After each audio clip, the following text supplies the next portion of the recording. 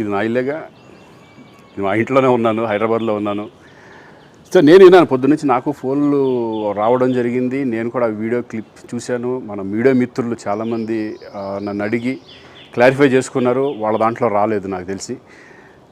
చాలా ఇట్లా శ్రీకాంత్ ఇలా బెంగళూరులో రేవ్ పార్టీకి వెళ్ళాడు, హేమ వెళ్ళింది, ఈ టైప్లో ఏవో వచ్చినాయి. నిజంగా నాకు నవ్వు వచ్చింది. ఇంట్లో వాళ్ళంతా నవ్వుకున్నాం. ఇదేంటిది, మొన్న ఏమో విడాకులు ఇచ్చి పిచ్చేశారు నా భార్యతో, ఈరోజేమో రేవ్ పార్టీలకి వెళ్ళాడు అని వచ్చేసినాయి. కానీ ఒకటి వాళ్ళు కొంచెం తొందరపడ్డంలో ఇది లేదనిపించింది. ఎందుకంటే వాడెవడో, అతను ఎవరో కానీ కొంచెం నాలాగా ఉన్నాడు. వాడు కొంచెం ఇలా కప్పుకొని, అది గెడ్డం ఉంది, బట్ ఇప్పుడు గెడ్డం నాకు లేదు అని, బట్ గెడ్డంతో నేను షాక్ అయ్యాను. ఇదేంటిది నాలాగా ఉన్నాడు ఏంటి అని నేనే షాక్ అయ్యాను. సో దయచేసి ఎవరు నమ్మొద్దు. ఎందుకంటే రేవ్ పార్టీలకి వెళ్ళే కల్చర్ నాది కాదు, పబ్ కల్చర్ మనిషిని కాదు నేను. ఒక్కోసారి